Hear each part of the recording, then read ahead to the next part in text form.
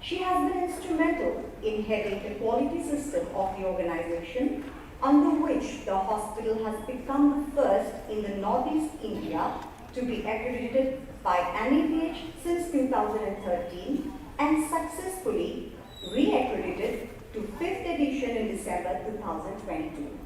She is the founder trustee of Downtown Charity Trust, under which the Assam Downtown University was formed. The university is the second private university in the state to be recognized by India Today magazine as one of the top 10 private universities in India established after 2000. She holds the position of director at Downtown Enterprises Limited, contributing to her extensive portfolio in both healthcare and education. In recognition of her excellence and contribution in the healthcare sector, Ms. Datta was awarded with the Women Leadership Award by the Associated Chambers of Commerce and Industry of India in 2023. Her leadership at Downtown Hospital has been instrumental in delivering quality healthcare services, not only to the people of Assam, but also to those across the Northeast India and its neighboring countries. Ma'am, please. Yes. Good morning. I'm so sorry, good afternoon. Today is the conclusion of the 36th anniversary celebrations of Downtown Hospital. We've entered our 37th year this year, and it has been a long and very fruitful journey, and we've touched a lot of lives. As part of our social responsibility, we have started the Downtown Public Oration. Today is the 33rd Public Oration, and this has been primarily done so that members of the general public are made familiar with healthcare scenarios and also to take care of their health as a preventive measure. And today we have amongst us Dr. Shantala Hegre, who is from NIMHANS, and she's going to deliberate on a very interesting topic, which is music and health. I cordially welcome Dr. Shantala Hegre, who's come all the way from Bangalore, and we hope that our discussion today will be very beneficial for everyone concerned. I'd also like to cordially welcome all our awardees today, namely Dr. Shashanka Kumar Borwa, Professor, Department of Urology, Renal Transplant, GMCH, Dr. Saurabh Borkotuki, Principal, Johar Medical College, and Dr. Raghunath Alukar, former Principal cum Chief Superintendent, GMCH Jorhat, and Professor and HOD, Ops and Gynae, Rajyotishpur Medical College. I'd also like to welcome all our distinguished guests who have made time available to come here today. I know it is not easy in the midst of all their busy schedules and Guwahati's traffic scenario. So we hope that this next 1 hour will be very fruitful for you all. I'd also like to extend my heartiest welcome to members of the press, and last but not the least, to all members of the Downtown family who are present here today. And we hope that you will enjoy today's program. Thank you very much. Thank you, ma'am. I now call upon Ms. Garyashi Datta, Director, Downtown Hospital, to please introduce our esteemed orator of the day, Dr. Shantala Hegre. Ms. Garyashi Datta is an MSW in Medical and Psychiatric Social Work from TIS, Mumbai. She is certified in addiction management from NIMHANS. She has a diploma in community mental health from NIMHANS. She is a certified career mentor 2020. She is also certified in art therapy from ICPEM. She has an advanced PG diploma in mindfulness and presence-oriented psychotherapy from TIS. Currently, she is Director, Downtown Hospital and Resident Trustee, Downtown Charity Trust. Ms. Datta is a psychological counselor, certified mindfulness practitioner, and de-addiction counselor in the Department of Psychiatry and Psychological Counseling at Downtown Hospital.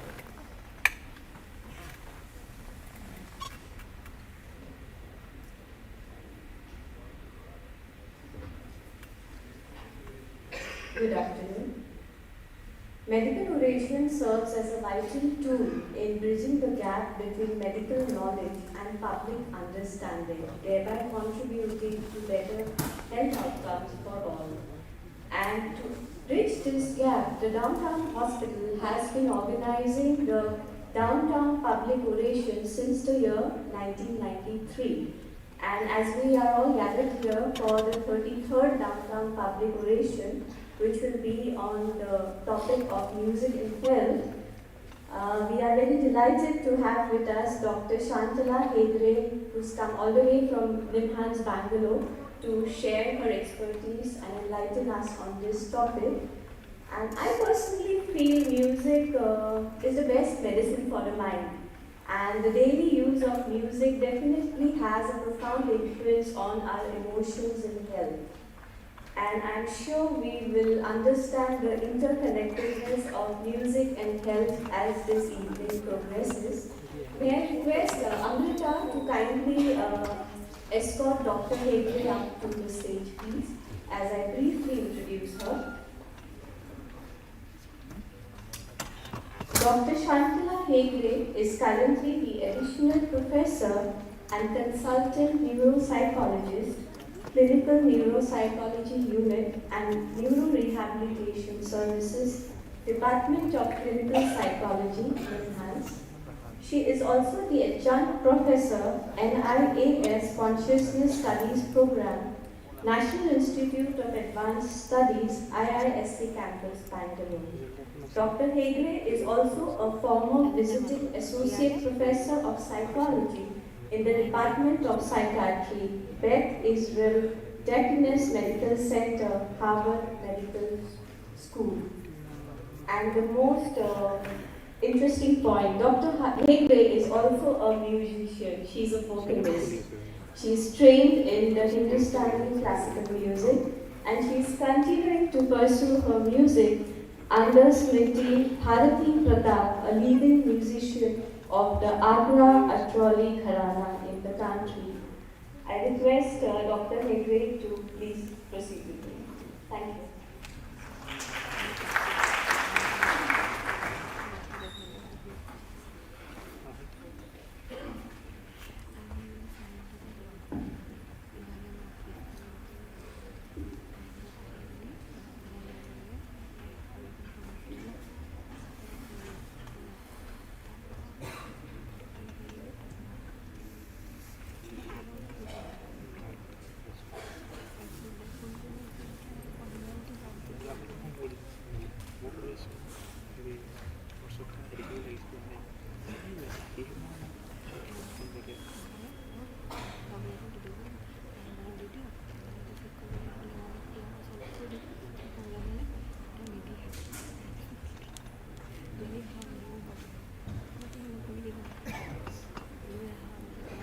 Good evening, everyone.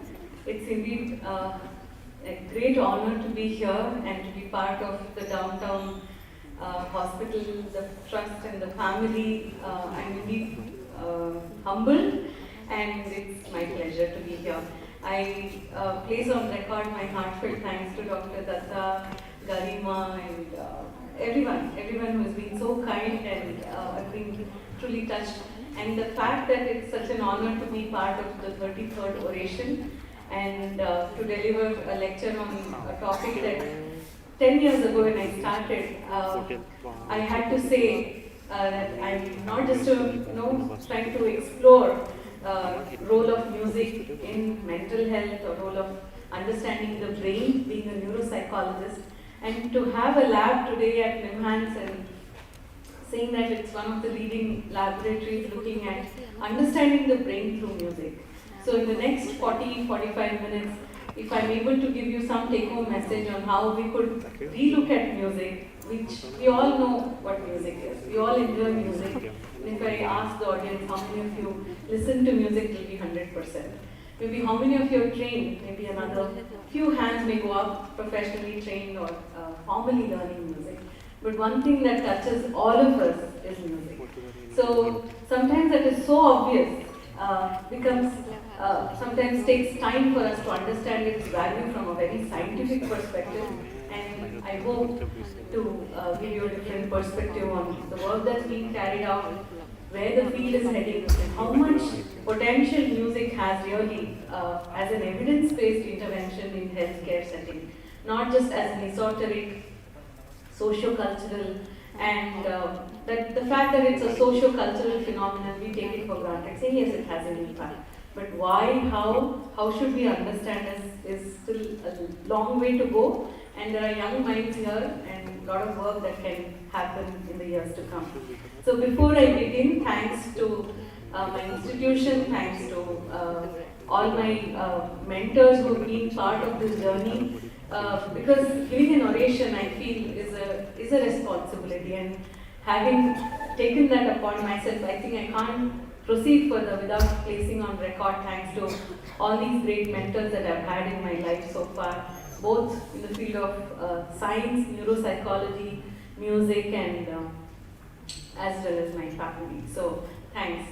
The next, when I was asked to speak on music and health, I said, wow. And Downtown University and hospital, of course, we have amidst us such great minds, great doctors from different fields.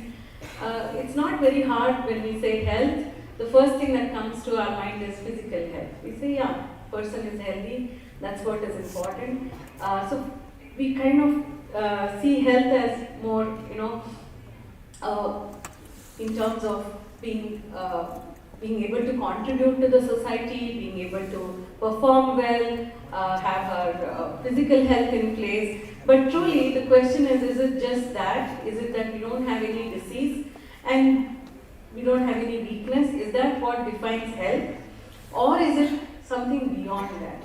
So it's a state of complete physical, mental, spiritual, and social well-being. It's just not having a physical illness or not having a disease. So let's take away from the negative perspective to a more positive one. So health is encompassing all these aspects, which just not talks about physical health, but also our spiritual health, our social health, and ultimately coming to mental health. So I think when we talk about mental health, COVID, I think, kind of changed the perspective, changed the trajectory. Until then, there's a lot of stigma related to mental health. When people say there's some, anxiety or stress or trauma or depression, feeling low, people thought, it's something that easily can be overcome. Or somebody is just making up, for simple stress in life, people are talking about these aspects. But I think COVID changed the perspective, and we realized that really mental health is the key. When we talk about overall health, you cannot have just talk about physical health, but it's also important to talk about resilience. How well we are able to bounce back when we are faced with immense challenge. And I think that's what COVID-19 brought about.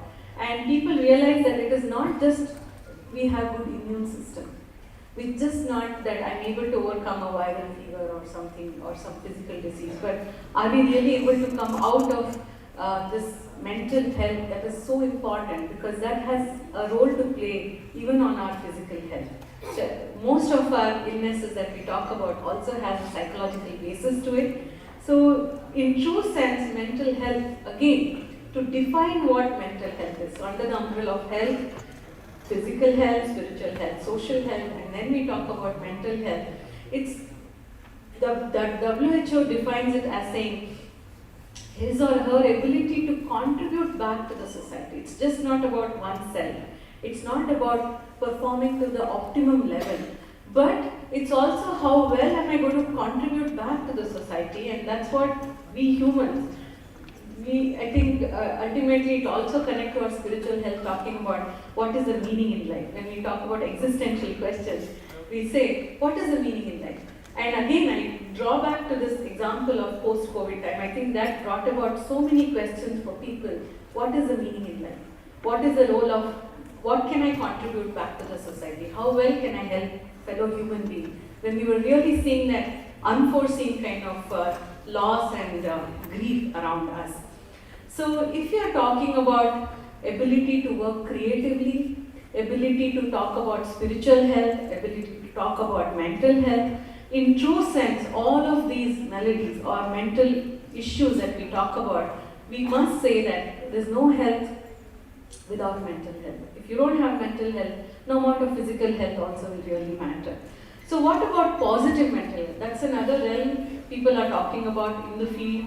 It's just not, again, just like how I define health, it is just not about saying I'm fine, I'm doing at my optimum level, but it's also going beyond that. When we talk about emotional health, we talk about intellectual health, cognitive health, We talk about social health. How well are we able to have the social connectedness with each other? And of course, physical health. Undoubtedly, that's one of the key things.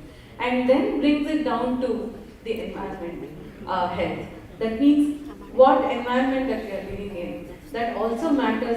It's like an interaction. We are not living in isolation. So all these plays an important role. So in that sense, if you are talking about all these aspects, the CEO sitting here is our brain.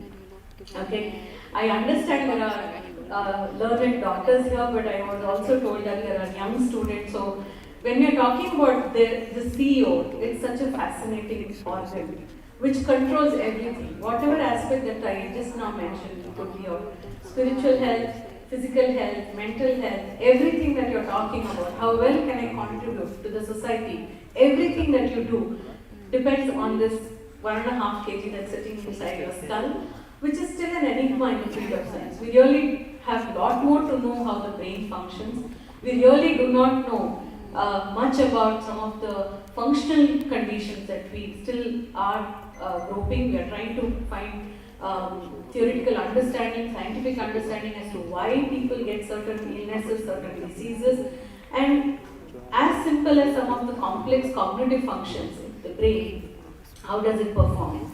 And trust me, we all take it for granted, like this organ is taken for granted. And interestingly, it consumes so much of energy. And this cortex that we talk about, if you spread it across, it's about 2.5 square feet. It's like like a group of neurons and connections. It's like a universe basically, and each of these brain areas are implicated in certain functions. So it's almost like a social network, a universe if we talk about, a hub. And these neurons connect with each other, sometimes close to each other to form certain functions, to dedicated for certain functions. But also there are distal connections, so it's just like social network. And even a smallest deficit, if there is there, can cause so much of concomitant cognitive deficits that we talk about. So there is so much fascinating about this human brain, and put up some of the fascinating facts as such. But really, we are talking about this 10 to the power of 11 kind of neurons and the function that it is contributing to. For all these research questions that we are still trying to understand, and so much more to understand. Now, the thing that I want to take, kind of give like a take-home message here is that one, we have come a long way in the last 2.5 decades in understanding about the brain, thanks to all these advancement in technology. It could be neuroimaging, electrophysiological methods, EEG. We know today that it's electrochemical pathways. There are different chemical reactions that happen, changes that happen in various cognitive processes that we involve in. Nevertheless, there is still a lot more to go and a lot more to understand. So, in that sense, human brain still remains an enigma. Three decades ago, if someone talked about a topic like music, they would put it under the bin of a socio-cultural phenomenon, not so much from a neuroscience perspective. People really didn't want to know, it was somehow taken for granted that it's your entire brain that's playing a role. Nothing much that we need to understand about the brain per se. But today, the field of neuromusicology is a fast-growing field in the area of cognitive neuroscience. Has contributed further to the understanding of this complex 1.5 kg that's sitting inside our skull. Has contributed to understand what are these neural substrates that we talk about that is unique for music, which is so universal. Okay, so where does this come in terms of the brain? Veritable nature is because of this neural plasticity. I said it's like a social network. So it's just like our social network.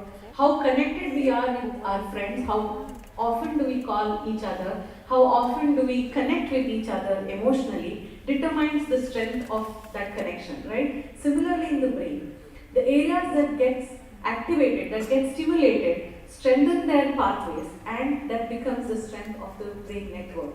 And from the physical health point of view, we talk about immune system, how well is my immune system, but from a psychological, from a cognitive point of view, we would call that as cognitive reserve.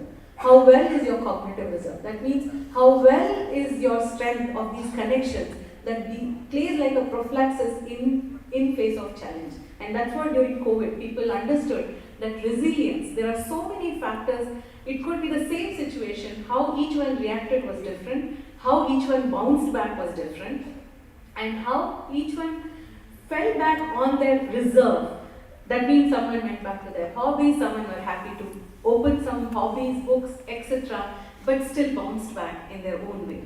So this veritable nature of the brain, neural plasticities, the crux, it is like earlier people thought your intellectual development kind of has a plateau after a time and then it declines. Okay? No more that's true. So we do know, we have so many examples around us who are even in their 90th year, are so active, cognitively so active and so full of life. So what does that define? It's basically how well they have used their cognitive reserve, how well they have developed their cognitive reserve all those years.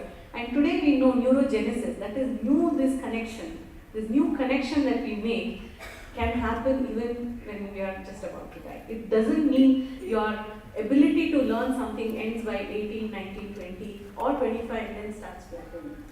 Of course, it's just like our real life situation. To make in-depth, such close friendship happens in our childhood, high school or college, and that grows over the years. Making new friends at age 50 or 60 would take so much more time. It's not that it's impossible, but it just takes more time. Building trust takes more time. So similarly at the brain level, making new connections takes a lot more time. So this neural plasticity is a fascinating area. A lot more research is happening from different fields. Neuropsychologists are looking at it as to how to hone this ability of the brain in neurorehabilitation. Neurophysiologists, neurochemists. So all these fields who are studying anything related to neural pathways and brain functioning are interested in this domain. And it's not something new. We do know that myriad factors play an important role which facilitates neural plasticity. It can also cause negative neural plasticity, bad habits, drugs, unnecessary usage of pharmacological treatment can have a negative impact on neural plasticity, ability of the brain to function to its optimum level. Stress, diseases can alter these connections or connection pathways.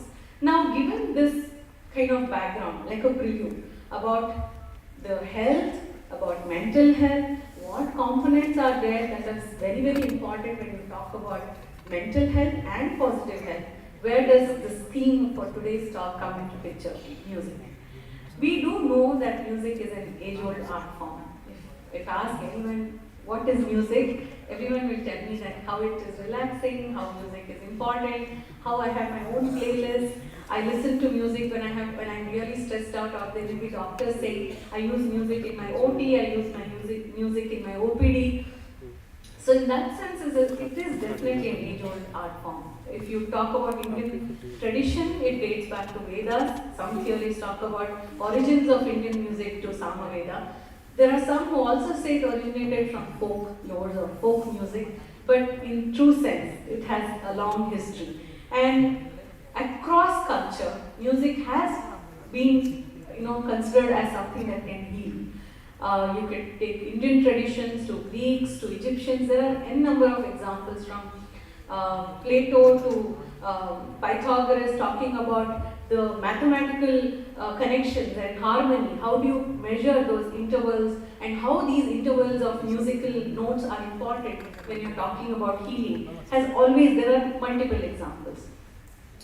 And music as a therapy, physicians have used it as a cathartic, like using music to open up the emotional channel, to be able to connect with. And it's like how they say it's like a treatment for the soul, not just for the body. And in Indian tradition, even today, there are different schools of thought. In fact, when I started the music cognition lab at NIMHANS, it was very difficult for me to tell visitors and other colleagues saying that I'm not doing raga therapy, I'm not doing the raga chikitsa to begin with. I'm trying to look at it from a hardcore neurocognitive neuroscience perspective. But nevertheless, there exist different schools of thought. Just like we have allopathy, homeopathy, or different schools of thought in medicine, same way, even in the field of music therapy, there are different schools of thought. Just that their premises, the thought process, how do they approach is quite different. Today's talk may not give me much scope to go much in depth in this. I just wanted to give a kind of a prelude that yes, music therapy is an important field and there are different perspectives in it. As a formal profession, it started after World War. Here in Indian tradition, we date it back to Nada Chikitsa or Ayurveda, or talking about Nada itself, that is the primordial sound, the Om, Kara and things like that. But from the Western tradition, as a formal profession, it started after the World War. And in fact, to begin with, during the World War, the war veterans were in the hospital. Musicians were brought in to kill the boredom. And even today we know one of the key role of music in our life is to kill boredom. I'm bored, I just want to listen to music and it helps me. But then they realized that these war veterans were actually responding to music around them. And the question began, why should music really help? So in that sense, the question, again, the scientific mind, why should this help?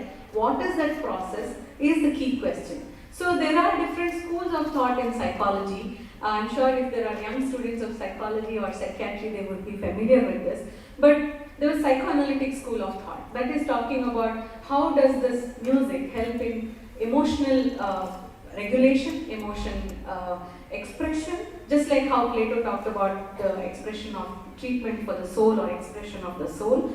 Then there were behavioristic school of thought talking about how engaging in music actually alters your external behavior, or humanistic thought that sometimes it helps us understand having this question of larger meaning in life, larger picture, like today we use it as a guided imager technique. So there are various techniques of music therapy, various approaches for music therapy, and the last frontier, so to say, is the neuroscientific way of looking at music intervention or music therapy, which I will touch upon a little more in detail today. Because we have come long way from these different schools of thought, but the correct so-called, if you ask for evidence as a medical profession or any clinician, your question is why should it work? How should it work? Is it curated for specific condition? Is it one medicine for all? I don't think that can work. But can it be curated to certain conditions? Yes. And is music a socio-cultural phenomenon? No. So there are so many facets now that have come long way, and the current school of thought, which is quite popular and gaining a lot more scientific evidence, is the neuroscientific perspective on music therapy, and I will dwell upon that. So if you look at, again, back to this various psychological maladies, and again back to this stress, anxiety, all of them, can music play a role in promotion of positive mental health? Not just health, not just mental health, but we are shifting the perspective, the spotlight to positive mental health. Because if we are able to handle the positive mental health, of course it can have an impact on the rest of it. So, before that, in true sense, what is music? We all say what music does to us, but true definition of music actually comes from physics. So it's sound unfolding in time. Is it any sound? Just that buzzing sound? We all know that was not music. We'll say that's noise. But it has a lot of principles in it, just like language. It has pitch, it has rhythm, it has harmony, and it is hierarchically arranged just like language. In language, we take it for granted. As a child, we know how a child learns with certain syllables, then makes certain words, and then connecting that words to a meaning, then say amma or mama or appa or dada or whatever, and then learn the syntax of that given language. So similarly, even in music, it's not just the sound. There is hierarchy, there is grammar to it, and believe me, you don't have to be formally trained sometimes to understand that. If I sing a happy birthday tune, a little in a different tune, everybody will know, oh, this is not the happy birthday tune. Have you been trained, formally trained? No, but you learn, there is implicit learning of the grammar of music. Of course, formally trained individuals will say that it was ga, it was dha, this tune changed, this pitch changed. That doesn't matter, but you're able to perceive the changes. So, music is basically a hierarchically complex structure, just like language, okay? So in that sense, if you look at music from an evolutionary perspective, an overview of the current understanding of music and the brain connection, music and neural plasticity, and then how this understanding of this brain, music and neural plasticity has helped us in neurocognitive rehabilitation. So when we say music, first thing comes is, yeah, we are all familiar with our own cultural settings. We may be familiar with the music that we hear. In India, we may listen to Bollywood music more often than the local film music, and then comes the folk music, and then comes the classical music. So there are different forms of music, just like different dialects, if I were to say, in language. And the key thing is there are universal components. So one is discrete pitch levels. If you take any music from across the globe, there are discrete pitch levels. That means sa re ga ma pa da ni sa. This interval has some biological basis to it. It has dependency on our auditory system, how our brain processes these pitches. Microtones, like how in Indian classical music is then trained and taught in that sense. Octave equivalence is there across conditions. Pentatonic is more simpler, that is 5 notes in a particular scale. Then comes the 7 notes, or as I said, the microtones. And there are certain pitches which are stable at certain points. Like sa and the 5th note, the pa, they don't have variation. And interestingly, that's true across culture. So which means to say, there must be some, not just a cultural variation that comes about, but there is a biological basis to it. And where do we find evidence for this is from our own, evidence from anthropological evidences and many theories that have been put forth, which experiments have been carried out in the field of music psychology, music anthropology, musicology, music neuroscience. So there is multiple perspectives from which music is today being examined and studied quite thoroughly. And on your right, on your left hand side, what you're seeing is basically flute made of bird bones. Okay, they were excavated in the caves of Germany, and they date back to nearly 40 to 50,000 years old, which is date back to pre-modern humans. And these are not just bird bones which have holes burrowed in it, just like that, because of the weather change or anything, but they are equidistant, just like bansuri or the flute. That means humans knew how to build instruments, even pre-modern humans knew. And there is no fossilization of vocal cords, they are soft tissue. So the theory is that vocal music must have predated even before people could build instruments and make music. One such thing is, then, why is music existing in our lives, really? Is it just for entertainment? Is the biggest question that the last 2.5, 3 decades scientists have tried to answer. It's beyond just entertainment, it is a biological phenomenon, okay? So one of the theories that have been put forth is social cohesion. That means music brings all of us together. If we sing together or we just witness beautiful dance, where there is coordination between 2 individuals. But imagine singing together, the coordination between all of us, the rhythm which plays a central role, helps us to entrain with each other. Which means if I put a clap, all of us will clap to that particular rhythm. There's connectedness. We anticipate the next rhythm when it's going to come. So social cohesion, that means release of oxytocin. That's what researchers are looking at. Does it enhance the connection between individuals? Look at the cavemen. Did that enhance survival value? Because ultimately it's survival of the fittest, survival of the group. The other is like a spandrel. Did music emerge like a spandrel for language development? That means we produce sounds, we produce some emotions through those sounds, and language developed. But interestingly, the scientific mind would say, then we have so many languages, so many dialects, music should have withered away long time ago, but that's not true. Today, music is one of the largest industry, financially one of the billion-dollar industry. And why are humans indulging in music production, music listening, illegal downloading of music? So much happening with music around us. So which means today there are neuro imaging studies telling us that there are shared neural substrates between language and music, which means real estate has been shared between these two important functions at the brain level. And there are also connectedness between the two. So that means one does not have to be musically trained, but you all have musical in nature. The third is mother-child bonding, singing, lullabies, helping the baby to survive, bringing down the autonomic arousability, helping the child to survive, and bringing the connection between the mother and the child. But we know music is not just restricted to infancy, but music cuts across lifespan. We have enough number of, I'm sure all of you have seen viral videos of people who have dementia playing an instrument, engaging in music, being helped with music as an intervention program. So perhaps music has definitely an important role. There's a lot of research happening in mother, baby, infancy, and even music exposure even prior to the birth. That means in the womb. Prenatally, listening to music by mothers actually helps development of language, ability, to learn, pick up language and other cognitive functions is much, the learning curve is much higher in children who have been exposed to music. And this we know from our own mythological story. Of course, we would date back and say, Abhimanyu listened to the Chakra Vyuha and everything. But today we have enough evidence to show that babies do respond to music. In fact, studies are being done to look at playing certain tunes when the mother listens to this when the baby is in her womb. And when after the birth, if you play a wrong tune, the baby actually responds through EEG changes that occur.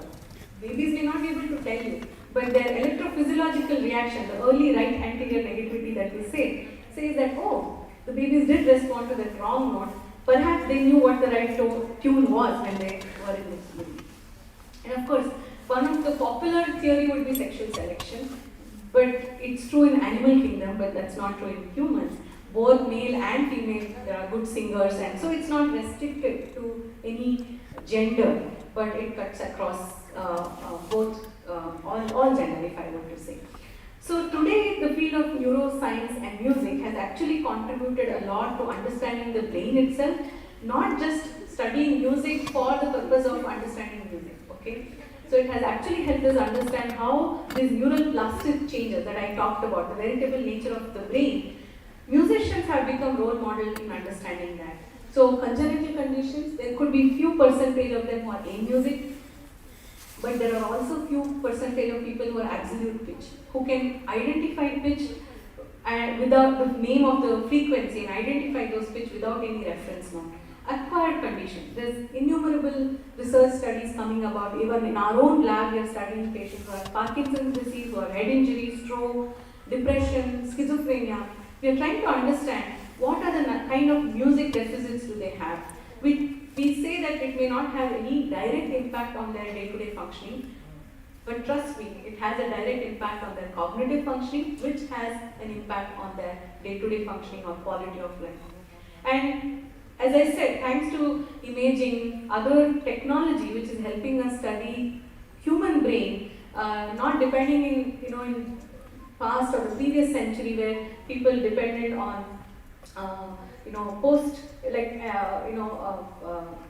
like anatomical dissection of the brain, like we would call it as pathological study of the brain. But today we can actually study the brain when it's actually functioning, the neural functional imaging that we talk about.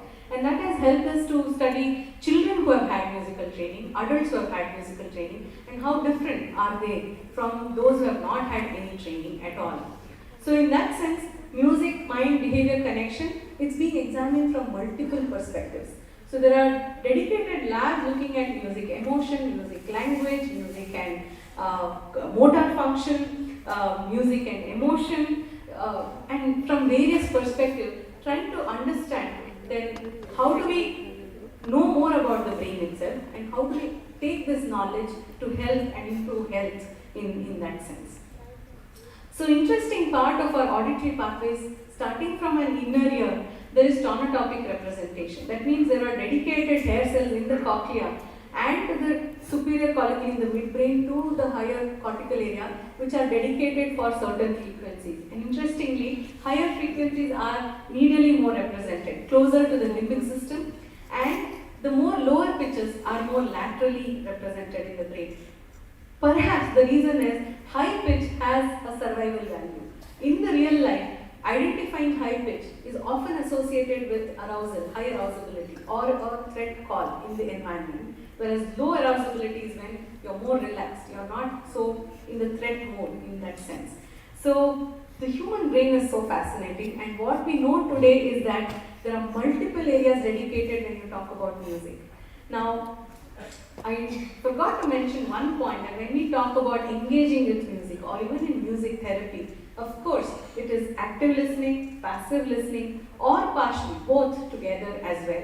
So if you take even passive listening, the human brain activates multiple areas from your frontal lobe to the temporal lobe to the occipital lobe, and interestingly, even the motor pathway for music listening. Okay. Sometimes we don't think it's so important. It may be true when you talk about dance as a form because there is bodily movement. But interestingly, even if you're passively listening to music which has pulsation or rhythm, your motor pathway is engaged. So one is your attention pathway, the prefrontal network. I need to listen because sound unfolding in time. It's a dynamic thing that's happening. If I'm listening to a song, I need to pay my attention throughout that duration. So much so, we believe that music is one of the forms which can facilitate focused attention, and thereby has a connection when we talk about how music and spirituality or meditation, connection with chanting or repeatedly chanting certain mantras, have this musical format because that facilitates focused attention. Then comes the memory. If I listen to a tune, it activates the past memories, autobiographical memories, and that's being used so beautifully, especially in people who have degenerative conditions, Alzheimer's condition. When you play some music of their favorite playlist, it just not activates the music memory alone, not just the song lyrics alone, but the associated memory pathway. So their autobiographical memory recollection is much more richer when you add music in that reminiscence therapy. Motor function, as I said. Like I was talking about Parkinson's disease, we are looking at, because of the involvement of basal ganglia and Parkinson's disease, the very same pathway is also important in motor coordination, and the key thing that they have deficit is rhythm. And the first thing you will see patients with Parkinson's is arrhythmia in their walking, in their gait, and interestingly, they also have deficit in simple beat perception.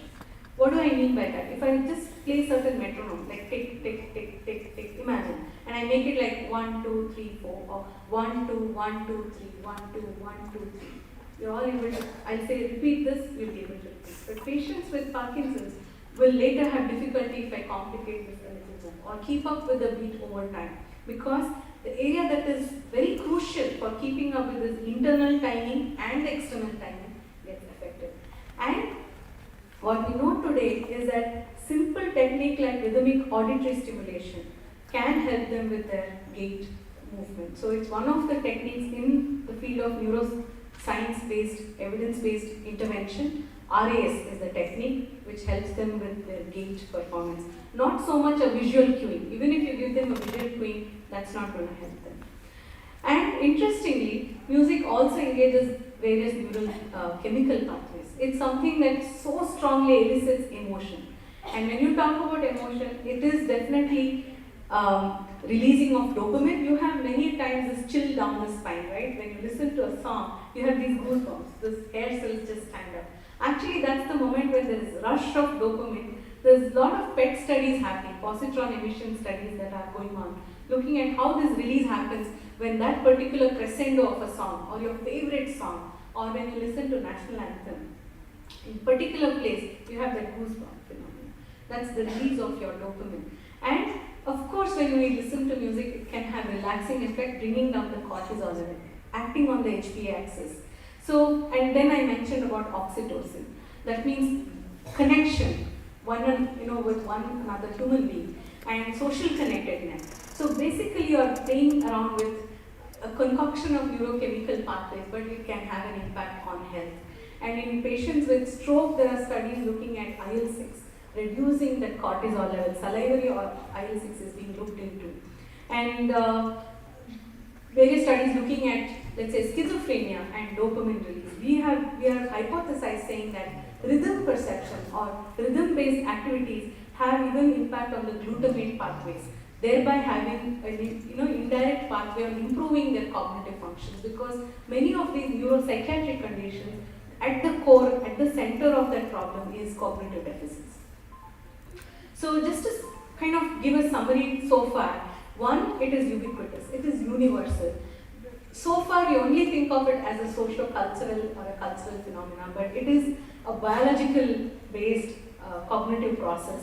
It is unique, has, in the brain area, it has unique space, but also shared with other higher cognitive functions like language. It is a tremendously demanding task. Of course, if you actively engage in music, there is a lot more engagement of the brain areas. It could be singing, it could be playing an instrument. But trust me, even while listening to music, your mirror neurons are activated. That means when you hear someone singing, when you see someone playing music, or just passively listening through a headphone, you are engaging your frontal pathways, you are engaging your motor pathway, you are engaging your memory pathway, memory circuits, and thinking about these neurochemical changes. I'm just giving like a summary, but there are individual research studies that have contributed to understanding why then music should help in improving our health. Okay, so this basically, when you talk about emotion, the earlier challenge in this field was people said, is it like real life emotion? Musical emotion is different. In real life, it is different. But neuroscientists had to conduct this study to say, no, it's the very same limbic area that gets activated. It's the very amygdala that gets deactivated. It's the very hypothalamus that gets activated, or nucleus accumbens which gets activated when you're listening to pleasurable music, thereby activating this limbic system. Now connect this back to the point that in real life, we don't want sadness. We avoid sadness. We don't want. Again, connecting to COVID, I think that was the worst period. We all woke up to this fact that, this void in our life, how much we wanted social connectedness, how much we wanted that joy. Have we found happiness in simple things at that point in time? But when it comes to music, sad music is the most popular. People love sad music. I'm sure there are many seniors who may want to listen to Muhammad Rafi and those songs which are more, or ghazals which are again sad emotion oriented. Interestingly, that's connected to empathy. People who listen to sad music, when you listen to sad music, you're basically activating your empathy circuit. And why is it important? It is deeply connected with your positive mental health. I empathize with another human being. I can understand their pain. And interestingly, one of the theories is that when you listen to such sad music, when you engage with sad music, you're giving it like a rehearsal for yourself, how you can prepare yourself in real life situations. So basically, it's like building your immune system. When you're engaging with music, you are building your immune system psychologically, engaging all these pathways. Now, I would like to connect this with your previous premise that I said, neural plasticity. So basically, you're activating your limbic system, then you're activating your motor system. That is the same basal ganglia, cerebellum, frontal pathway. You're activating multiple circuits. What happens then? Basically, when you're engaging with music, you're increasing this social connectedness or the brain connectedness that we talk about. So music, therefore, is considered as one of the best cognitive gyms, so to say. If you engage with music, if you actively engage, well and good. Because the thing is, everybody is have musical ability. Maybe only 4% who have a music in that sense. You would say Aurangzeb, who can't sing, who can't listen, or doesn't understand music. But otherwise, music is one of the best cognitive gyms that you can think of, because it at one go can target emotion, it can target your cognitive function, it can target your motor function. Dance, of course, bodily movement has an additional value to it, but then it has impact on all these domains of function. Just to break the monotony of my talk, I would like to play a small video of just reiterating this point, which video was shared by my mentor, my collaborator Petri Tovianen from Finland, which all areas of your brain gets activated by listening to tango music, okay? This is just a 1-minute video and I would like to play it.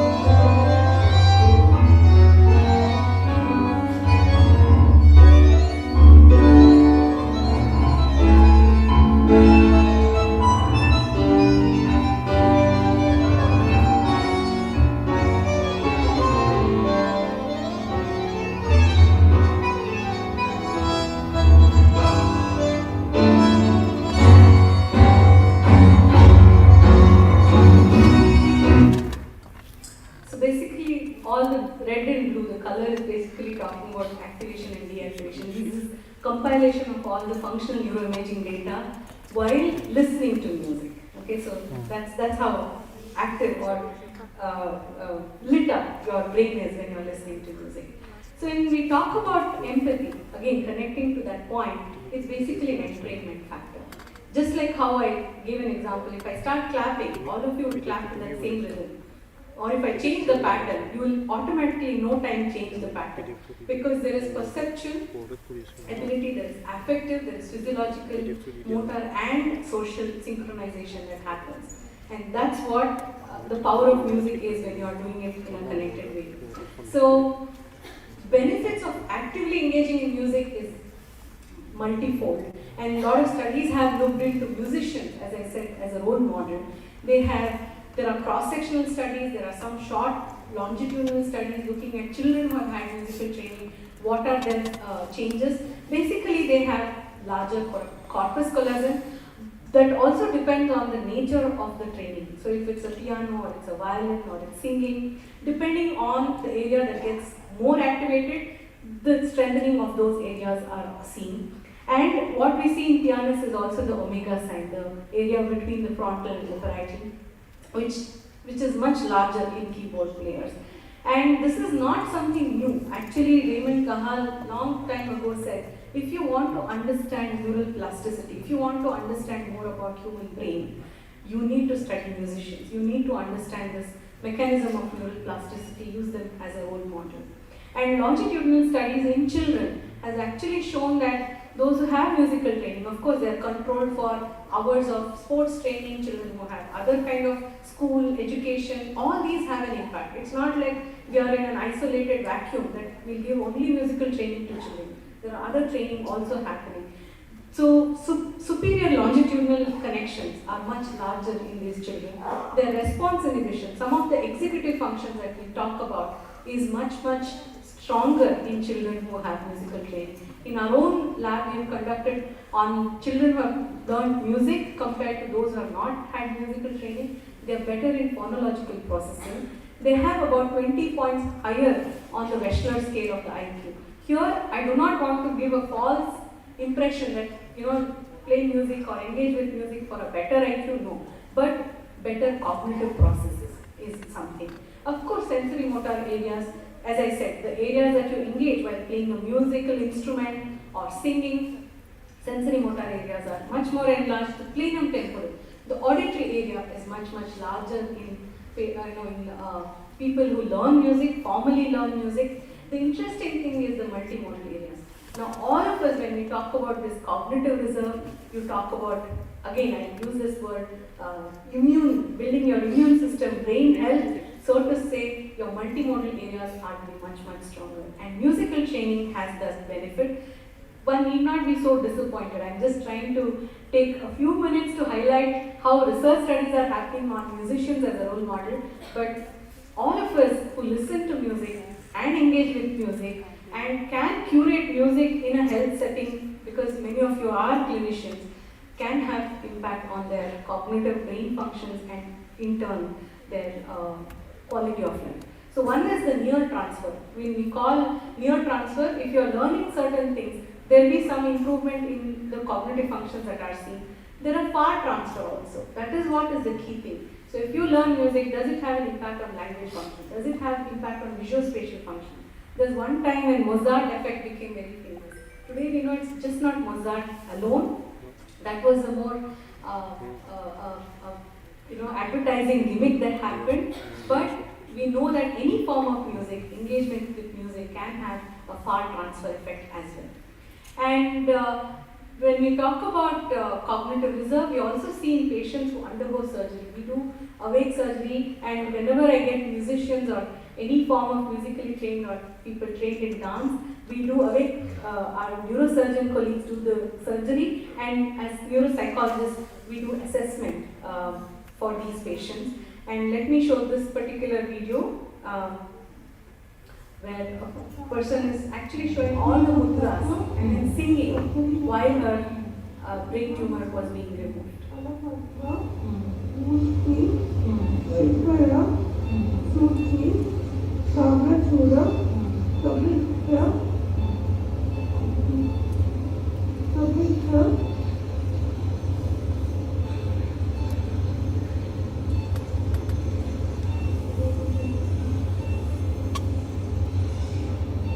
So this patient was also singing during the surgery. The whole point of assessing neurocognitive functions during surgery is basically to preserve their cognitive function, key functions, not just motor function, but also their language functions and other functions. So now I'm trying to say that I have a lot of discussions with my neurosurgeon colleagues that it's not just language functions. Whenever we have patients, we also have to look at their other forms of functions which can have an impact. In this case, her ability to identify all the mudras, ability to sing, which can have an impact on the shared language functions, neural substrates, so to say. Recently, we also published on impact of music listening amongst neurosurgeons and in peak performance that we talk about. So there are many clinicians here, and I'm sure you must be using music in one way or the other, not just to reduce stress, but can it improve your attention? Can it improve your ability to evaluate a stressful situation or a challenging situation in a much more positive way? So we had our own highly trained consultants, neurosurgeons who participated in this study, and we did a survey and selected musical pieces, excerpts, and we tried to play it during the surgery, and we found that music, listening to music and playing in the OT can have an impact on their concentration, attention, and as I said, how they kind of evaluated the complexity of these microsurgery things. So coming back to this point, that if I were to kind of give you a broad picture, music, just like how ubiquitous it is, it can have a role to play in any health sector that you can talk about.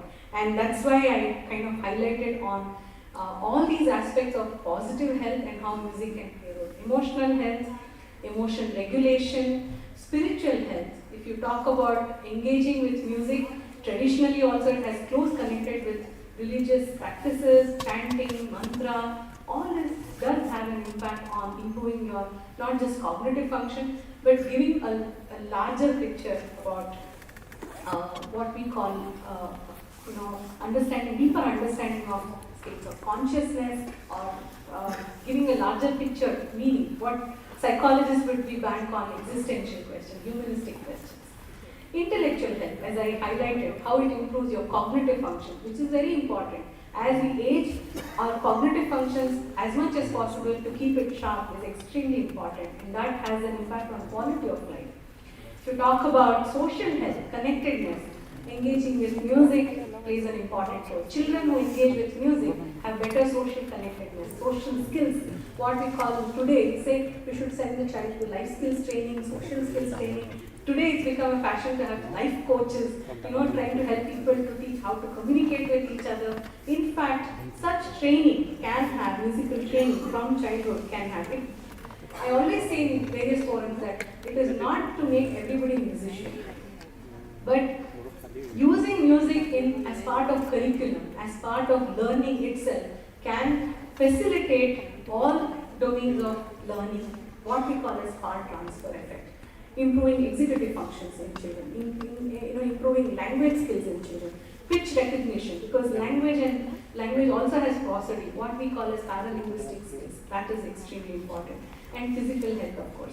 Breathing technique, singing, playing an instrument requires a lot of dedicated hours of concentration. Does have an impact on physical health. And today, in sports psychology, sports area, music, type of music, how rhythm, speed, tempo, all this, of course time does not permit me to go into all the nitty-gritties, but tempo can play a very important role in entrainment. So when you talk about going to a gym, there is different playlists. You are sitting relaxed, you have a different playlist. But the key thing that they manipulate is basically rhythm, how well you manipulate with rhythm. So I would like to conclude, so to say, by giving you key take-home messages. One is music is a biological phenomenon, it's a complex higher cognitive process. Music engages multiple neural circuits, not just bringing about changes in just cortisol, just relaxing, just stress level things, but has more than that beyond entertainment. And if you have left your musical training somewhere, pick up those instruments and get back to music. Age is not the bar, because you can always, learn something new and something different. The brain wants something different all the time. So if you're doing one, it's like the main pathway. I always give this example like Bangalore traffic. So if we know main road, one destination from A to B, that's okay. But when there's a traffic jam, you need to know the gullies. That's most important. And actually brain wants that. That's what enhances cognitive reserve. And so in conclusion, if I were to say, you can be master of one or two and be jack of all as well. And not just music. I am passionate about music and I have talked about music today. But I'm sure sports and other dedicated skill training does have an impact on these brain function and enhancing neural plasticity. So whatever I have just briefly kind of here there mentioned about the work we are doing in our lab, those are interested, please go back and see our lab website. And I have to thank all my students, my PhD scholars, my institute, which has given me that space to conduct a lot of research in a very systematic manner. It takes a lot of time, small questions that you can answer at a given point in time, but for all this I owe it to my institute. And once again I thank you all for listening to me so patiently for the last, I exceeded I think 45 minutes. I kind of lose sense of time when I'm talking about this topic. But I thank you all for giving me this opportunity to give you a glimpse of this field and talk about music and health.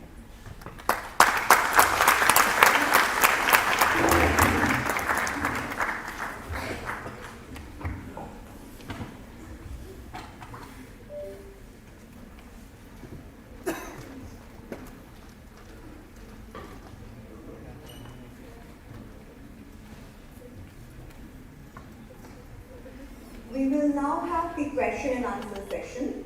If any member of the audience has any questions for Dr. Nilke.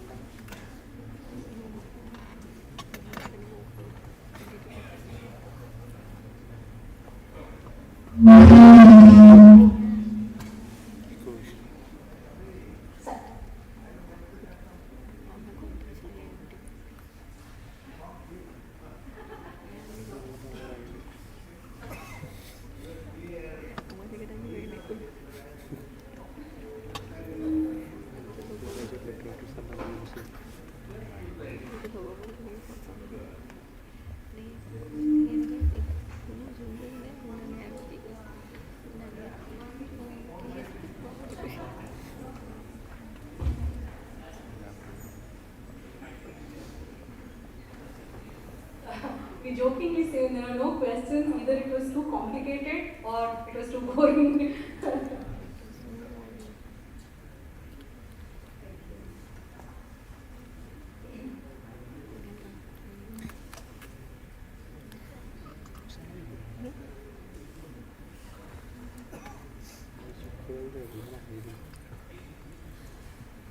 I'll sing an old Hindi song.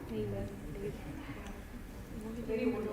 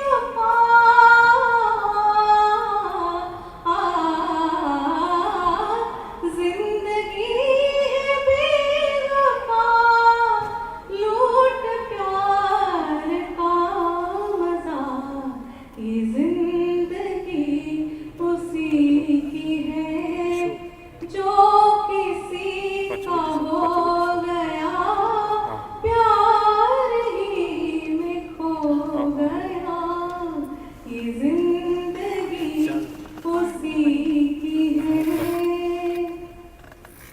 धड़क रहा है दिल तो क्या, दिल की धड़कने लगी, धड़क रहा है दिल तो क्या, दिल की धड़कने लगी, फिर कहाँ ये फुर्सतें, फिर कहाँ ये रात दिन, आ रही है सदा, आ रही है सदा, मस्तियों में डूब जा, ये जिंदगी उसी की है।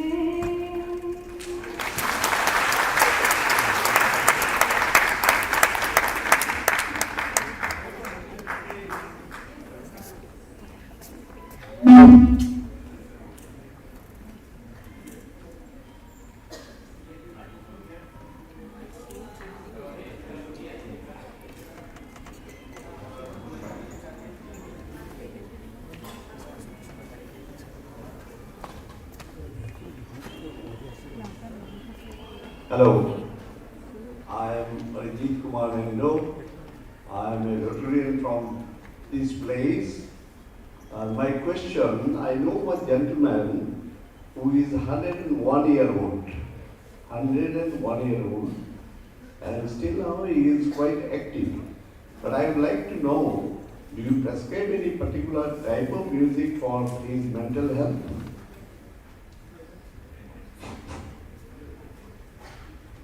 Yes, so type of music is a large research question to answer. I don't think we neuroscientists or music therapists have come to this point saying, play this music for this kind of ailment. The reason is, whenever people even ask me, do you prescribe raga therapy for certain condition, I say it's very difficult. We have come a long way. Either you should come from that school of thought saying, one given raga for one condition, another given raga for another condition. So that's very tough area, and I think we have come a long way from that puritan kind of form. But if you ask cognitive functions, yes, certain pulsation, any music which has certain rhythm can actually help in attention allocation. So like working memory. Like if I am giving you any information, it has to come rhythmically. If I speak very slowly or very fast, it becomes very tough for you to process that information.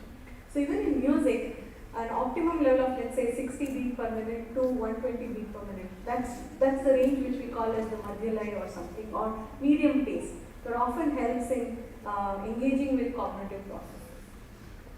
But in our own research study, what we have found is, if people ask this question of raga, I always say phase of raga elaboration, the instrument, the artist, and the tonic note, shadaj, which sa have you taken and which interval have you taken plays a very important role. You've seen that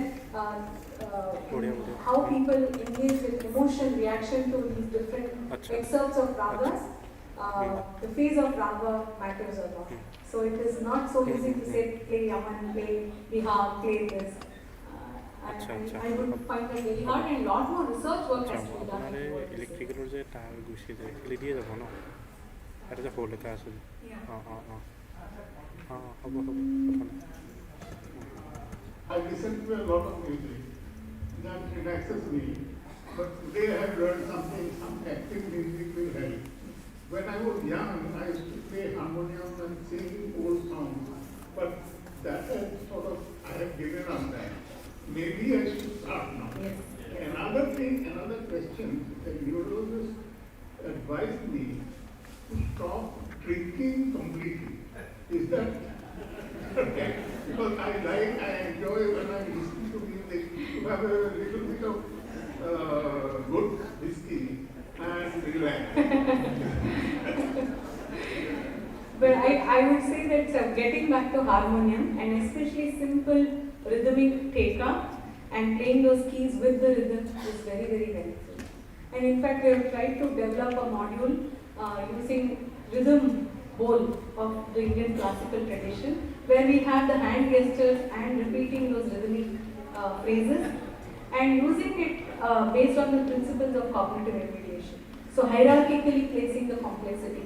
So start from 3-beat cycle, then go to 4-beat, then go to 6-beat, then go to 8-beat. The cycle helps a lot.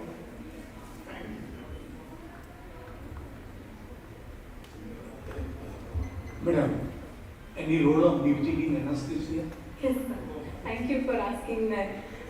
So we actually did a study which is yet to be published, but we looked at this score, the bispectral index, and there are studies showing that if you play music, especially in local anesthesia procedures, playing music can help in using lesser dosage of the medications, the pharmacological treatments. We did a study on patients who underwent spinal surgery, but they were on GA. What we did was to prepare them half an hour before they went into the OT, and we found that their pain perception, subjective pain perception was less, and we did a double-blind study. And anxiety for that particular procedure was much lesser. Thank you. Yes, there are studies showing that. Yes. Excuse me, I'm Dr. Paul. Yes. I am a general practitioner practicing in UK. Very nice. First of all, thank you for this beautiful presentation. Thank you, sir. And it reminds me a lot of things. We have a famous singer from this place, this part of the country, Dr. Bhupen Hazarika. Yes. Yes. Being a musician yourself, I invited him back in 1999, long before the music and medicine had started. There was a very fancy, and he gave us a beautiful talk on music and medicine, which reflects some of the things you said. Recently, I bought a book called Science of Music. I went to the Royal Albert Hall, and there I got this book and bought it. And lots of things you say today in the book, and that book is written by an astrophysician. He's not a musician, but he's a scientist, and he has reflected lots of things we have mentioned. So it really reminds me of those things. I just want to say thank you. Thank you so much. Thank you. Thank you, audience. As a token of appreciation for enlightening us with her deliberation, Dr. N.N. Datta, Chairman and Managing Director, Downtown Hospital, Professor Bandana Datta, Whole-Time Director, Downtown Hospital, and Dr. Uday Barwa, Medical Superintendent, Downtown Hospital, will now felicitate Dr. Hegre. I request you all to please come on the dais.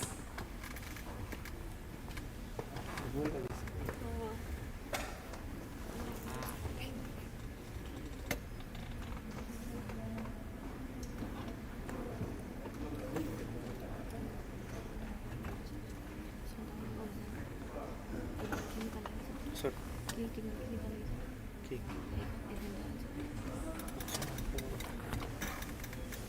We are privileged to present Dr. Hegre with a bouquet, a gamucha, a gift, and a memento.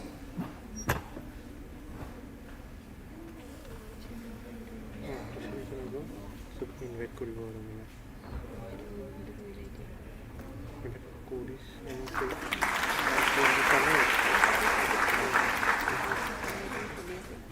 Invite আৰু পাবাই কিবা ভাষণ দিব আৰু We also call Master Dhruv Hegre, Dhruv, son of Dr. Shantana Hegre, on the stage. Dr. N.N. Datta Sir of Downtown Hospital will now give him a small gift as a token of our love.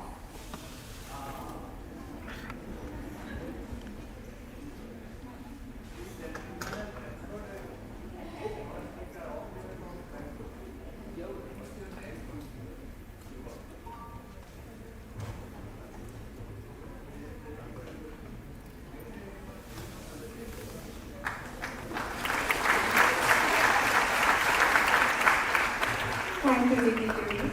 I would request you to please take the seat on the dais. Professor Pratul Goswami and Professor Jogesh Mahanta are two stalwarts in medical education in Assam. In our humble appreciation of their contribution in the medical field, we have been giving away 2 awards in their memory every year. Dr. Udayan Barua, Medical Superintendent, Downtown Hospital, will now share a few lines about the Professor Jogesh Mahanta Memorial Award. Dr. Udayan Barua, a renowned obstetrician and gynecologist and Medical Superintendent, Downtown Hospital, is a distinguished alumni of Dibrugarh University. He secured 2nd position in MBBS. He is specialized in gynecological endoscopy with advanced training from the University of Kiel, Germany, and has leadership skills training at IIM Ahmedabad and Harvard School of Public Health. Dr. Barua held key leadership roles including Executive Director, Medical Services at Oil India Limited, Registrar at Royal Infirmary, Glasgow, and HOD of ONG at Oil India Hospital. He played a pivotal role in healthcare CSR initiatives and research collaborations with ICMR. He introduced laparoscopic sterilization in Assam in 1981 and led groundbreaking patient safety workshops in the Northeast. A strong advocate for healthcare quality, Sir has contributed to research, publications and lectures on patient safety, organ donation and the STAR program. Dr. Barua is a recipient of the Distinguished Service Award from the Delhi Medical Association and appreciation from the Assam Medical Tourism Council and a fellow of the prestigious medical organizations. Sir.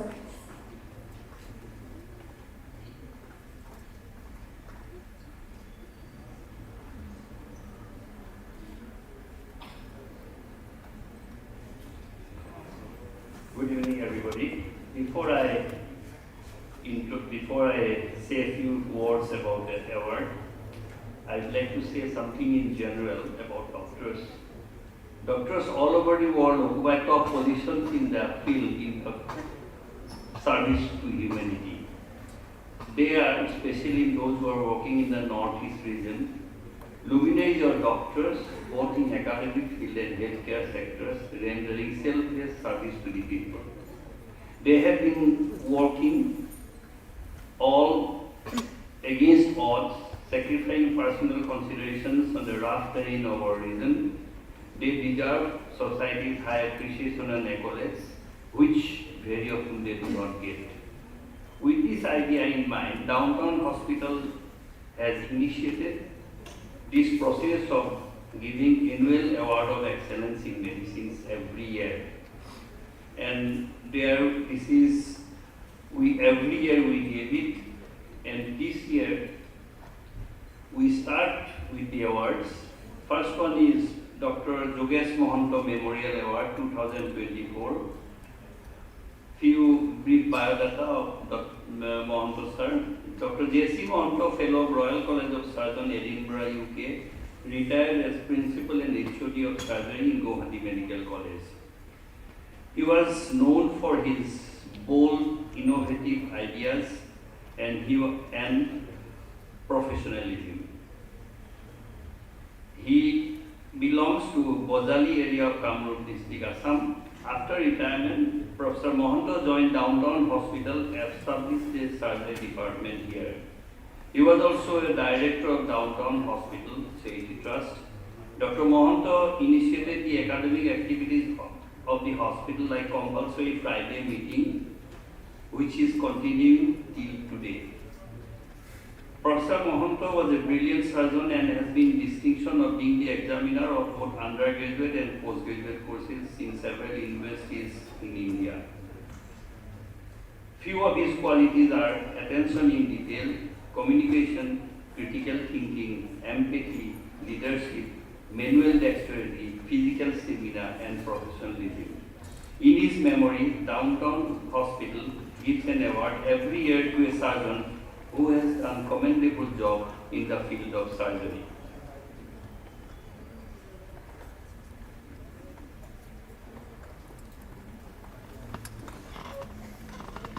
Thank you, sir.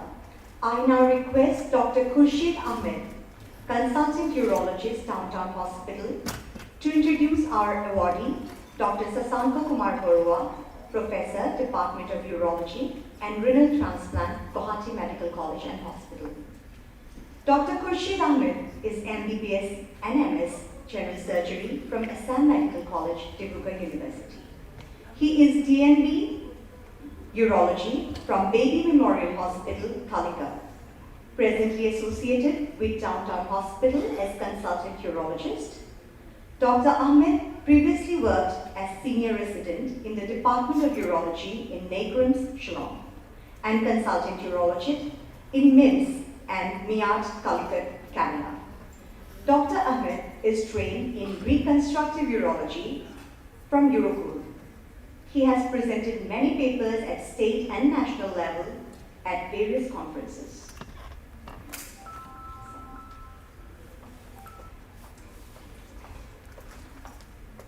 Good evening, everyone, and the award goes to Sasanka Kumar Barua sir. So I'll be telling something about Dr. Sasanka Kumar Barua. He is an alumnus of Sainik School, Gwalpada. He scored second position among medical entrants in Assam in the year 1988. He did his MBBS from Assam Medical College and MS from Guwahati Medical College in the year 1999. He was the first to obtain a post-doctoral, that is MCH Urology degree from Assam in the year 2009. He's currently the professor in the Department of Urology and Renal Transplant at the Guwahati Medical College and Hospital. He is the administrative in charge of the super speciality hospital at GMCH, and he is the chief of the solid organ transplant committee. Amongst the awards and recognition which he has received the Director General of NCC Trophy with gold medal in 1987, 3 consecutive Best Paper Awards at the annual conference of the Urological Society of India, East Zone Chapter, MIUC Fellowship and Siliguri Travel Fellowship in the East Zone Urological Society of India. He received the Eagle Jivan Dayani Award in 2024, late Hiranya Bora Memorial Award for Social Service in the year 2024. He has also received award for Surgical Excellence by Ankuram last year, that is 2024. The major milestones that he has achieved is the first ABO incompatible renal transplant in Northeast in 2022, first deceased donor kidney transplant in Assam 2023, renal transplant in a patient with pseudoporphyria, which is the first documented case worldwide, published in American journal Curious. He has directed a short film on organ donation, which is titled as Manuhe Manuhar Babe, which was inaugurated by the Chief Minister of Assam on 15th November 2022. His academic contributions includes over 100 scientific publications in national and international journals, and he is a peer reviewer for medical journals like Curious, Discover Oncology, Abdominal Radiology, and Indian Journal of Surgery. Among the leadership roles, he is currently the president of the Assam Urological Society. He was the honorary secretary of the Assam Urological Society between 2012 to 2019 and is a council member of the Urological Society of India, East Zone Chapter from 2016 to 2018. He is being professionally affiliated to the American Urological Association, Urological Association, European Association of Urology, Indian Society of Organ Transplant, Urological Society of India, and the Indian Menopause Society. So, Sasanka Kumar Barua sir.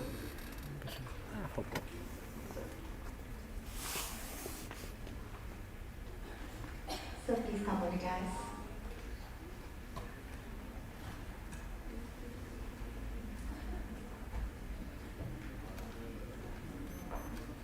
I would like to request Dr. B.K. Gogoi, sir, Medical Director, Downtown Hospital, to join the dignitaries on the dais.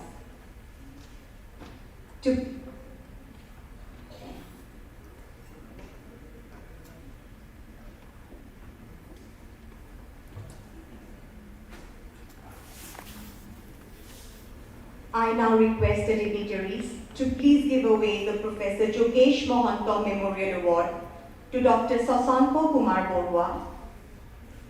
The award consists of a memento, a citation, a gamusa, and a bouquet. The citation reads as follows: Professor Jogesh Mohanto Memorial Award 2025, awarded to Dr. Sasanko Kumar Borua, Professor, Department of Urology and Renal Transplant, Guwahati Medical College and Hospital, Guwahati. Citation. This citation is presented as a token of appreciation for your contribution in the field of surgery, urology and renal transplant. Downtown Hospital strongly believes that your appealing and positive image as a medical professional is vitally important for the society and the medical profession.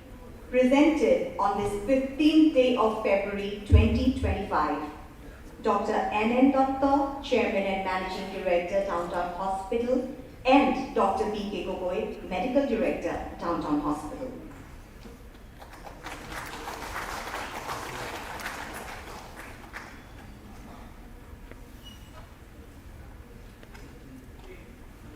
Congratulations, Dr. Sasanko Borua, sir, and I request you to please speak a few lines.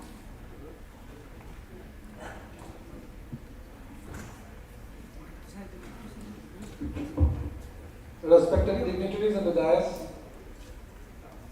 my teachers, distinguished guests, indeed it's a great privilege to get such an award from the Downtown family, and I am really very indebted, and my thanks to the Downtown Trust, Downtown University, and entire family members of the Downtown Hospital for having bestowed on me one of the award in the name of a giant in surgery in Assam as well as in the Northeast. I bow my head in front of everyone, and I continue to pitch what I have been doing for last couple of years. And this is a journey which I have started. Basically, I am focusing more on now on urology as well as the kidney transplant issues, and this is very close to my heart. That needs to be addressed not by only the surgeons, but also by the society at large. The concept of organ donation has to be understood by everyone in the society so that we can carry forward the journey of organ transplantation in Assam and benefit those patients who are ailing with organ failure. Thank you very much everyone present here, and thank you again once again to Downtown family. Thank you. Thank you, sir, and congratulations. We also have with us Dr. Kavita Borua, wife of Dr. Sasanko Kumar Borua. We would like to felicitate her with a gamusa and a bouquet.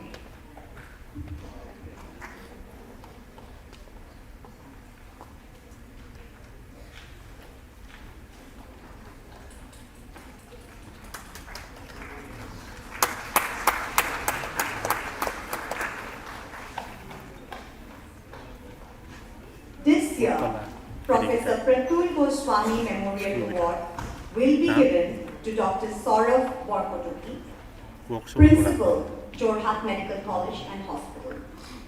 I call upon Dr. Udayan Verma, Medical Superintendent, Downtown Hospital, to please give us a brief idea about the awards.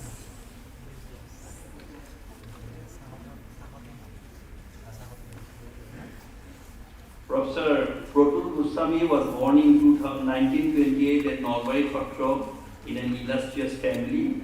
His father was as well as respected and erudite scholar, and all the family members were famous in their respective fields. Dr. Goswami passed matriculation from Nalbari Gordon School and BSc from Cotton College, Guwahati. He passed MBBS examination from Assam Medical College in 1954 and subsequently completed his Doctor of Philosophy, D.Phil, under Guwahati University.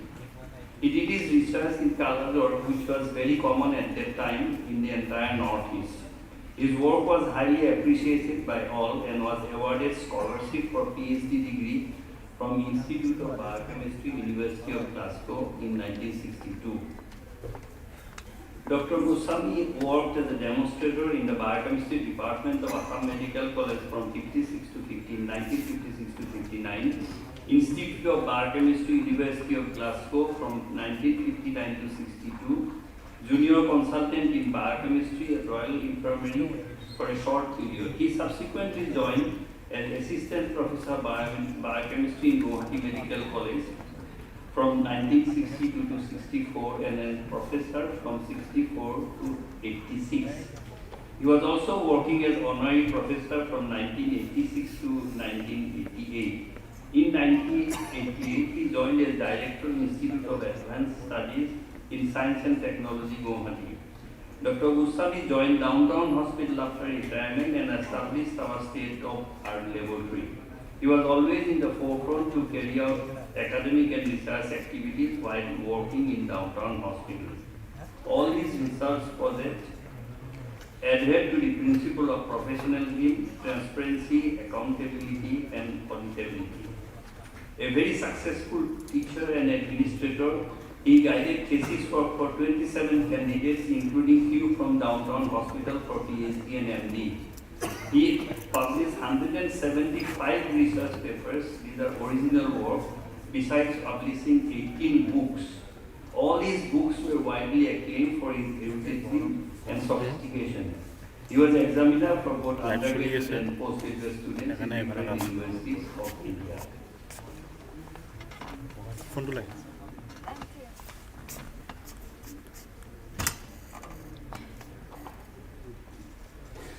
I now request Dr. Swapna Thakur, Deputy Medical Superintendent, Downtown Hospital, to introduce our awardee, Dr. Saurav Korkotoki.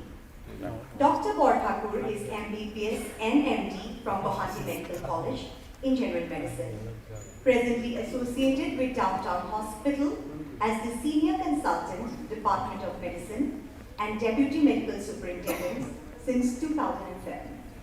He is also the head of the Department Family Medicine, DNP Studies, and in charge Department of Accident and Emergency, Downtown Hospital. Dr. Thakur is faculty of DNP Studies and thesis guide at Downtown Hospital, and National External Assessor and QAS, AMICH SRC, Government of India. He is a visiting faculty at Assam Downtown University. Dr. Thakur is trained in various quality programs and a principal investigator in various completed and ongoing research trials, mainly in the fields of diabetes, thyroid disorders, respiratory disorders, and COVID-19.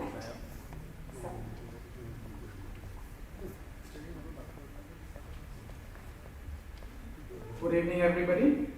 For the Professor Patul Goswami Memorial Award 2025 is awarded to Professor Saurav Korkotoki, an alumni of Assam Medical College, Dibrugarh. He did his MD in biochemistry in 1993.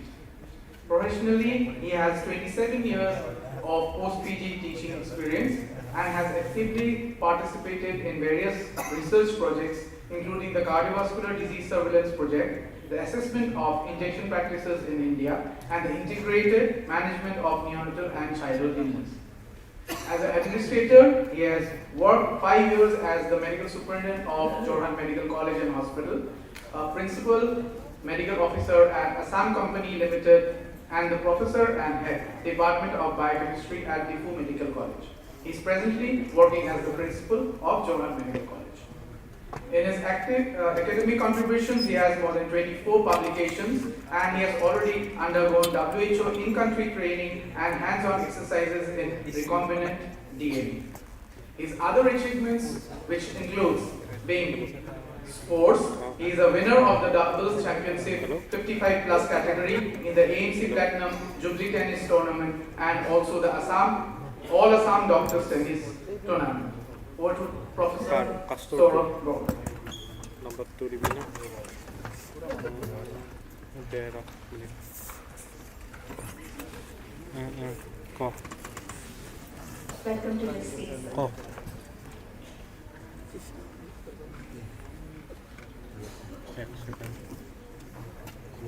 I would like to request the dignitaries on the stage For sure.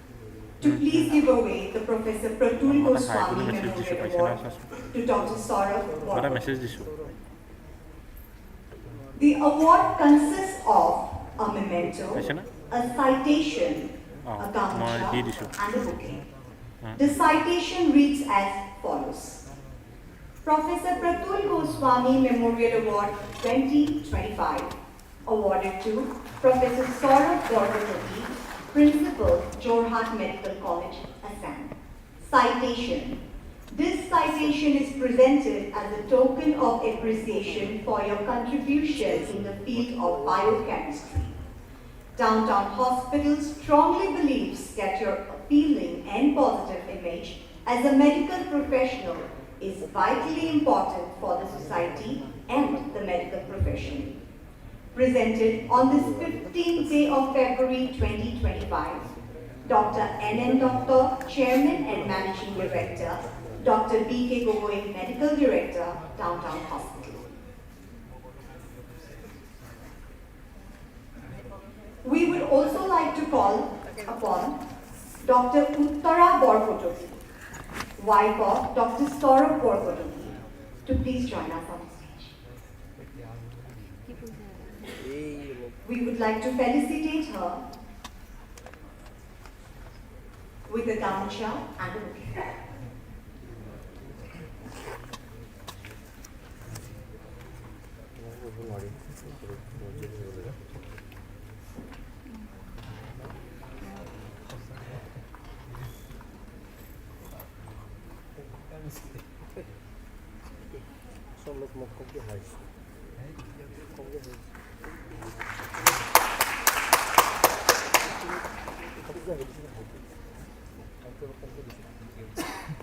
Thank you, dignitaries.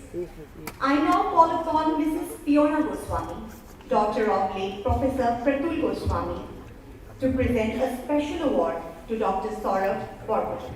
Thank you.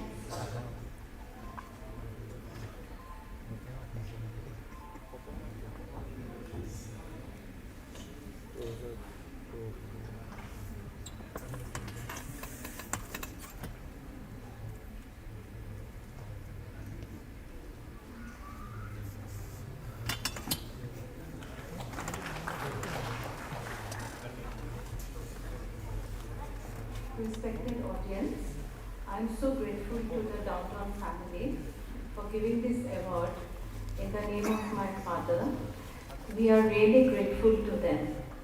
After so many years, they still remember him and they are still giving this award. Thank you.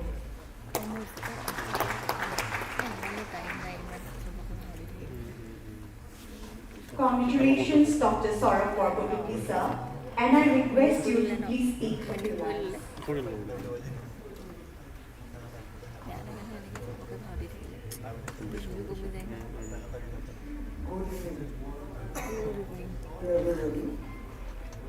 In fact, it is an honor, a proud privilege on my part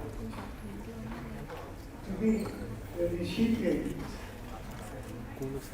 of such a learned scholar, an award in the name of such a learned scholar, joined on biochemistry in not only in Assam, but he is a man known throughout the nation. And I am indebted and very much thankful to the whole downtown fraternity that they have initiated such a job, such a work, a noble work, a due respect to a scholar. Thank you so much. Thank you. Thank you, sir, for your humble words. Dr. Uday Karwa, Medical Superintendent, Downtown Hospital, will now share a few lines about the Downtown Award for Excellence in Medicine and also introduce our awardee for the 26th Downtown Award for Excellence in Medicine 2025. Professor Dr. Ratna Talutar, former Principal cum Chief Superintendent, JMCH, Jorhat, and Professor and HOD, ONG, Pragyotishpur Medical College. Thank you. The introduction, if I go by the paper, it will be very, very big. So I will cut it short with due permission from Ratna. And his high school education from Cotton College, Guwahati, Collegiate High School, HLSC, first division with letter in mathematics and additional mathematics. Higher secondary from Cotton College, Guwahati, securing first division with letters in mathematics. MBBS from Guwahati Medical College, 1982. MD ONG from Guwahati Medical College, 86. FICOG and FIAOG Fellow of Indian Association of Obstetricians and Gynecologists. His professional experience, he worked as a specialist medical officer at Red Cross Hospital initially. From 1986 to 1988, he was a registrar in the Department of ONG at Guwahati Medical College in 1988. Assistant professor in AMC, AMCH and GMCH from 1991 to 2007. Associate professor, Silchar Medical College, 2007 to 2012. Principal cum Superintendent, Guwahati Medical College, 2019 to 2020. Jorhat Medical College, 2020 to 2025. Professor of Obstetrics and Gynecology at GMCS, present 2012. Presently working as Professor and HOD in the Department of ONG at Pragyotishpur Medical College, Guwahati. Awards and recognition is a very long list. I will mention few of them. Conferred with the National Best Doctor Award from IMA 2022, Best Hospital Award as Principal from Ministry of Health and Family Welfare, Government of India from PMJY, performance in 2019. Completed BCME and CISP training. Enrolled for his role in medical education. In charge of Regional Center for Medical Education of NMC for 5 years, undergraduate and postgraduate examiner for many universities in India. He is also a DXE PNB examiner. He published 18 peer-reviewed international journals, 3 textbook chapters. He is a life member of Indian Medical Association, Indian Society of Assisted Reproduction, Society for Fetal Medicine, Guwahati Obstetrics and Gynecological Society, Indian Association of Gynecological Endoscopists. His leadership roles in professional organization, President of Guwahati Obstetrics and Gynecological Society 2015 to 2017, Founder Convener of Association of Northeast Obstetrics and Gynecological Societies. His organizing role organized the first ever Northeast ONG Convention 1988, Organizing Secretary for National Conference in the Medical Association of Gynecological Endoscopy 2008, and Organizing Secretary for All India Congress of Obstetrics and Gynecology 2010.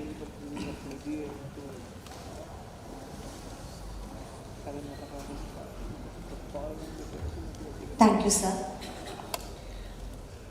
I would again like to request all the dignitaries on the stage and Mr. Vishwa Datta sir, Director, Ms. Mayurakshi Datta, Ma'am, Executive Director, Ms. Garyashi Datta, Ma'am, Director, and Mr. Jyotishman Datta sir, Director, to please come on the stage.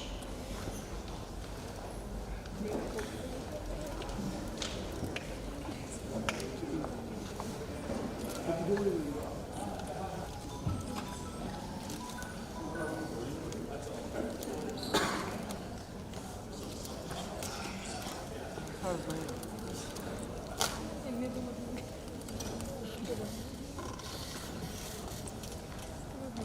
request the dignitaries to please give away the 26th Downtown Award for Excellence in Medicine to Professor Dr. Ratna Talukdar. The 26th Downtown Award for Excellence in Medicine 2025. It consists of a check for Rs 1 lakh, a memento, a citation, a gamucha, and a bouquet. The citation reads as follows. The 26th Downtown Award for Excellence in Medicine 2025, Downtown Hospital, awarded to Professor Dr. Ratna Talukdar. Citation. In any profession in the world could be blessed with traits of godliness, it would probably be the medical profession. The profession that untiringly endeavors to care, cure, and help to preserve God's greatest gift to mankind, life itself. And in this field, if there is any person who over the years has stood for these noble virtues, defending the standing of the noble profession, always working for the betterment of others, then it would have to be Professor Dr. Ratna Talukdar. In a humble recognition of your unparalleled contribution in the field of ONG, Downtown Hospital would be privileged to confer upon Professor Dr. Ratna Talukdar the 26th Award for Excellence in Medicine 2025. May the Almighty bless you with a long life and youthful energy so that the society enjoys the benefit more and more. We sincerely wish that Professor Dr. Ratna Talukdar will receive many more laurels in the days to come. Dr. N.M. Dr. B.K. Gogoi, Downtown Hospital.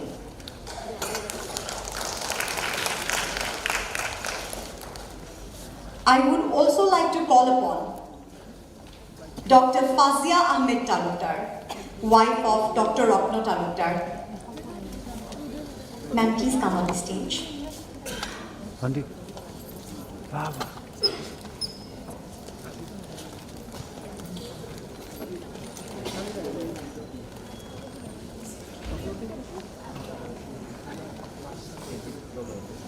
We will take the honor to felicitate her with a gamucha and a bouquet.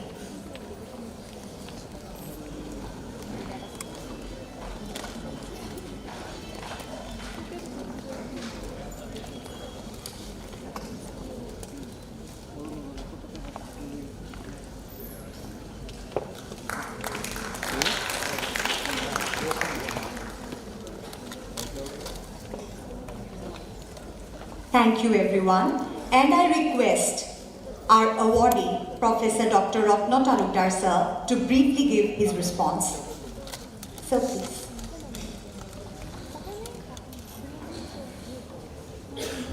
Good evening everyone. My respected teachers, Professor Narendra sir, Pulingu sir, and the respected dignitaries on the stage and honored guest.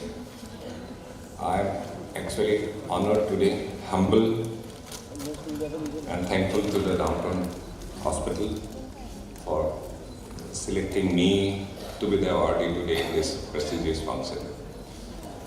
This is something I am actually not very comfortable with.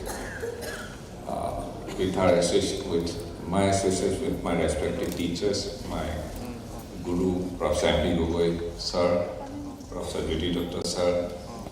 So, for the time that I was a student, what I wanted to do was work as a medical college teacher. At the time when we joined, our service conditions were very poor. But I was always happy because I worked in medical colleges, and to be a teacher, I spent my life as a teacher, basically as a doctor, as a gynecologist and obstetrician, as a teacher. And of course, towards the later part of my life, I have also been an administrator for the last 6 years of my life. And I'm happy to be working in the background, actually, not coming to frozen, and this is the reason that I'm no longer in the administrative position. I want to be happy being a doctor again. But I shall also be dishonest if I say that I'm not happy getting the award. Everybody loves being appreciated, and I thank Downtown University and the Downtown Hospital for giving me this honor, which will actually be very dear to my heart. Thank you, sir, for giving me this statistic. Thank you all.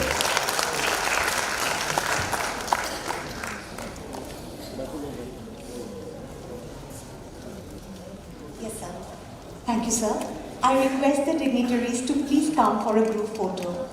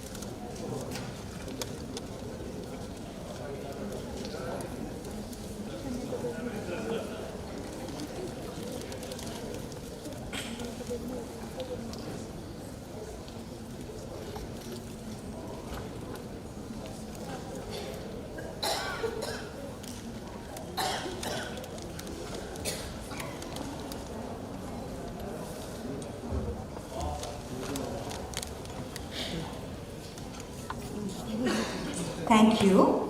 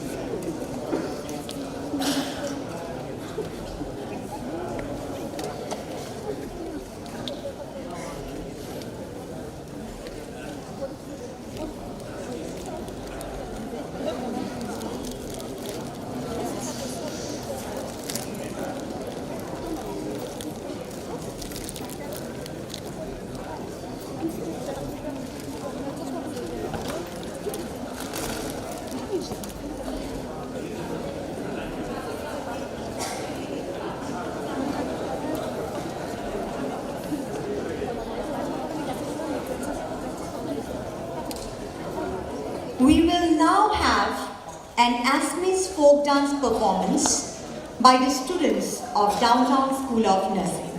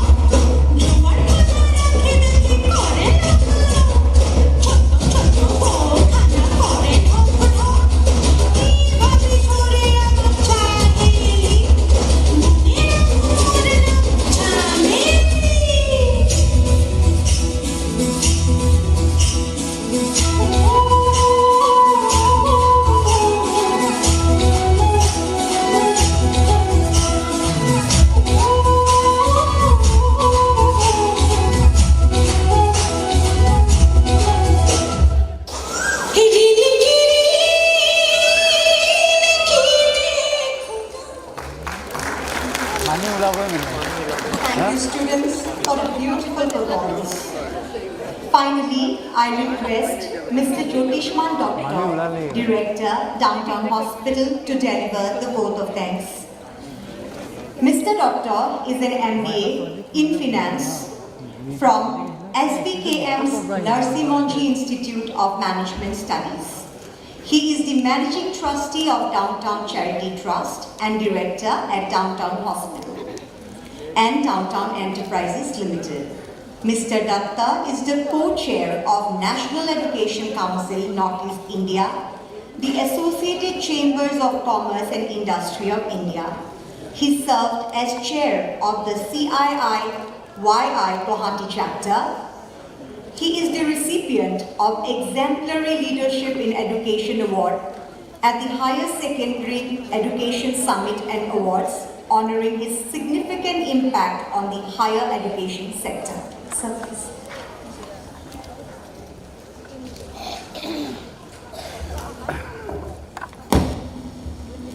Well, it is a statement of downtown. I think we've been using it for decades now. We all know about our wealth, but how much do we know about our health? Today, in 2025, if I can add to that, in addition to maybe knowing about our health, having been more aware about our health, how much do we actually know about our mental health? Today's world is hectic. Today is very stressed. We all think that we are feeling low, maybe feeling depressed, not feeling well. All signs of some kind of way of reflecting our state of our mental health. Now the issue is health somewhere, even if we have a problem, there's maybe some injection, maybe some course of antibiotic that can help us, that can solve our problems. But solving your problems of mental health, it's a process. It's a way of overall well-being which takes a lot of effort. Today, through our oration, it has been great to know that something as accessible and as inexpensive as music, access to music, hearing music, playing music, can have such a great positive impact on our mental health. Thank you, ma'am, for your oration. It really reaffirms such simple steps can be greatly beneficial for our overall health. Thank our awardees. It is always to be part of a panel with doctors, to be in any platform that acknowledges the role that doctors play in keeping our country and the world healthy. Thank you, sir, for your great service. And we are happy at Downtown to play a small part in acknowledging the role that you play. Thank you so much. Thank you all to the audience who have been part of this gathering. I hope the words that you heard today in the oration, you can spread the message and maybe you can also share the knowledge with a few of other people, your friends and family. Thank you, audience. Thank you all the members of the Downtown family. We have been spending the last 2 weeks celebrating our so-called, this is our annual celebrations for our anniversary, and today is the last day, so it's been a great 2 weeks. Thank you all for being so positively involved in the celebrations. Thank you, audience, and I would also request you to kindly please join us for tea just outside the hall. Thank you so much.